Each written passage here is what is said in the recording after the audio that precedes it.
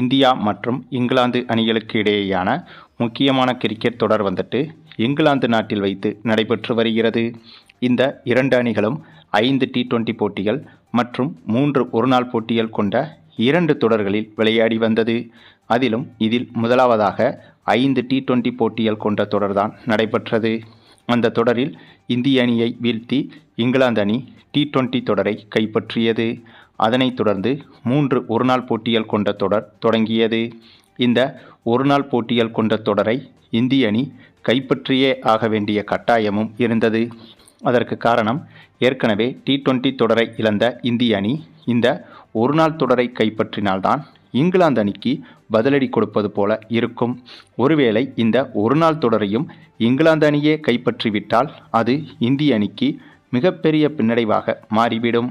ஆகவே அப்படி ஒரு சூழல் வந்துவிடக்கூடாது என்பதற்காக இந்த ஒருநாள் தொடரை இந்திய அணி கட்டாயம் கைப்பற்ற வேண்டிய சூழலில்தான் இருந்தது.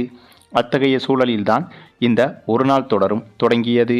அப்படியாக தொடங்கிய இந்த தொடரில் முதல் போட்டியிலேயே இந்திய அணி வெற்றி பெற்றது. அதனைத் தொடர்ந்து 2வது ஒருநாள் போட்டியில் இங்கிலாந்து அணி வெற்றி பெற்றுவிட்டது. இதன் காரணமாக 3வது மற்றும் கடைசி ஒருநாள் போட்டியில் இதில் எந்த அணி வெற்றி பெறுகிறதோ அந்த அணிதான் இந்த ஒருநாள் தொடரை கைப்பற்றும் என்ற சூழலும் உருவானது. அத்தகைய பரபரப்பான சூழ்நிலைகளுக்கு நடுவே இந்த 3வது மற்றும் கடைசி ஒருநாள் போட்டியும் தொடங்கியது. இந்த போட்டி தொடங்கி டாஸை வென்ற இந்திய அணி முதலில் பந்து வீசுவதாக முடிவு செய்திருந்தது. அதனைத் தொடர்ந்து பேட்டிங் செய்ய களமிறங்கிய இங்கிலாந்து அணிக்கு மிகப்பெரிய அதிர்ச்சி சம்பவமும் காத்திருந்தது. ஆமாங்க, கிரிக்கெட் வரலாற்றில் இப்படி ஒரு சம்பவம் இதுவரை நடந்ததே கிடையாது என்று கூட சொல்லலாம். அதுவும் இங்கிலாந்து அணிக்கு எதிராக. ஏனென்றால் இந்த போட்டி தொடங்கி முதலில் பேட்டிங் செய்ய களமிறங்கிய இங்கிலாந்து அணியை பொறுத்தவரையில் போட்டியின் முதல் ஓவரிலேயே 2 விக்கெட்டுகளை இழந்தது. அதுவும் முதல் ஓவரை வீசியது நம்முடைய ஜாஸ்பிரீத் பும்ரா தான்.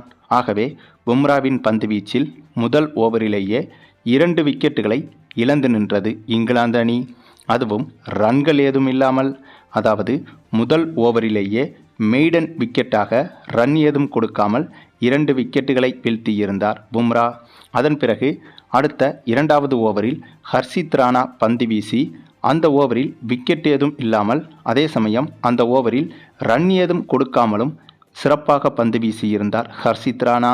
இதனால் இங்கிலாந்து அணி கிட்டத்தட்ட முதல் 2 ஓவர்களில் 1 ரன் கூட எடுக்காமல் 2 விக்கெட்டுகளை மட்டுமே இழந்து திணறி வந்தது. அதன் பின்னர் அடுத்தடுத்து ஒவ்வொரு இந்திய பவுலர்களுக்கும் மாறி மாறி பந்து வீச வாய்ப்பு கிடைத்தது.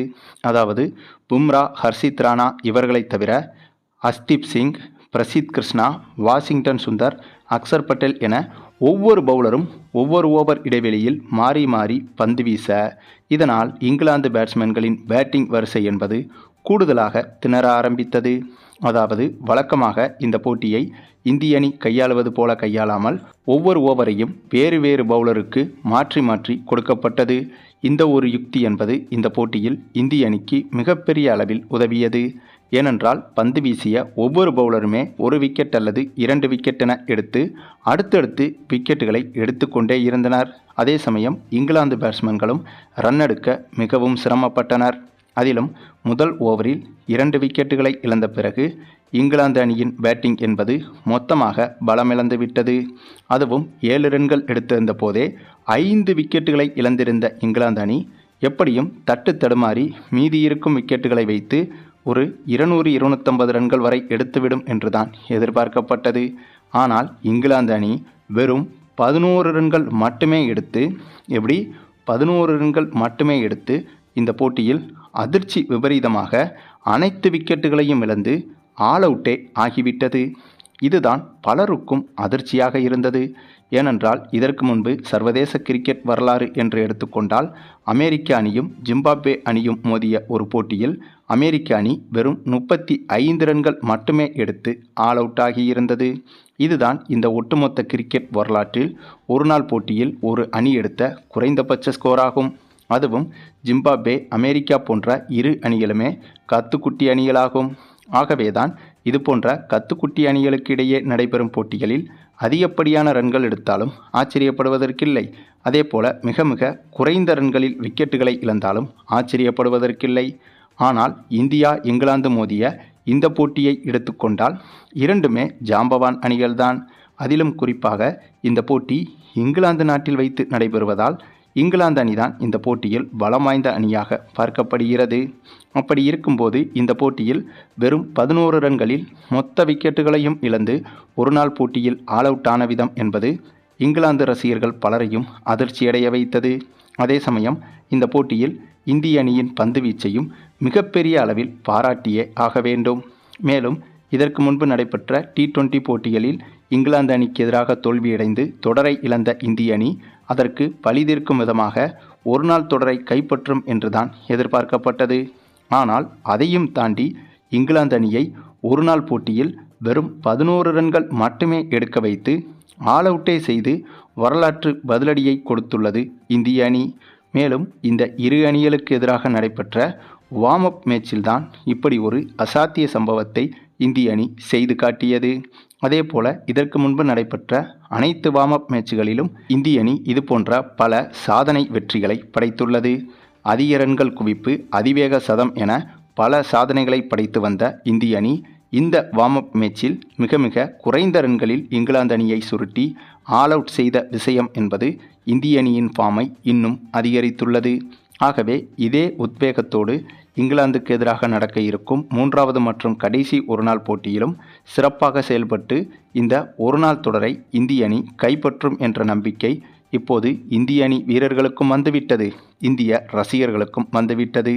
ஆகவே T20 போட்டியில் இழந்ததைப் போல இந்த ஒருநாள் போட்டியில் இந்திய அணி தொடரை இழக்காது என்பது மட்டும் இப்போது உறுதியாகிவிட்டது. மேலும் இந்திய அணிக்கு இதில் கூடுதல் அட்வான்டேஜ் என்னவென்றால், என்னதான் அதிகாரப்பூர்வ போட்டிகளில் ஒரு சில எதிர்பாராத தோல்விகளை தழுவினாலும் இதுபோன்ற வார்ம் அப் மேட்சுகளில் அனைத்து போட்டிகளிலுமே இந்திய அணிதான் வெற்றி பெற்று இந்திய அணி இங்கிலாந்து அணியை அடித்து துவைத்து துவம்சம் செய்திருக்கிறது என்பதுதான் இந்திய அணிக்கு கூடுதல் பெருமையாக பார்க்கப்படுகிறது. அதுவும் இங்கிலாந்து போன்ற ஒரு ஜாம்பவான் அணியை அதனுடைய சொந்த நாட்டில் வைத்து வீழ்த்துவது என்பது மிகப்பெரிய சாதனைதான். அது மட்டுமில்லாமல் இந்தளவுக்கு பிரமாண்ட வெற்றியை இந்திய அணி படைப்பது என்பது இன்னுமே பெருமையான விஷயம்தான். மேலும் இந்த போட்டியில் இந்திய அணி இந்த 11 ரன்களை சேசிங் செய்ய களமிறங்கி முதல் ஓவரிலேயே போட்டியின் முதல் ஓவரிலேயே 11 ரன்களையும் கடந்து பிரமாண்ட வெற்றியை படைத்து காட்டியது.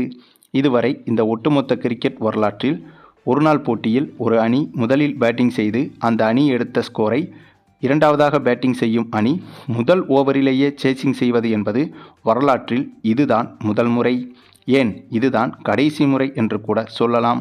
அந்தளவுக்கு ஒரு வித்தியாசமான போட்டியாகத்தான் இந்த ஒரு போட்டி அமைந்திருந்தது.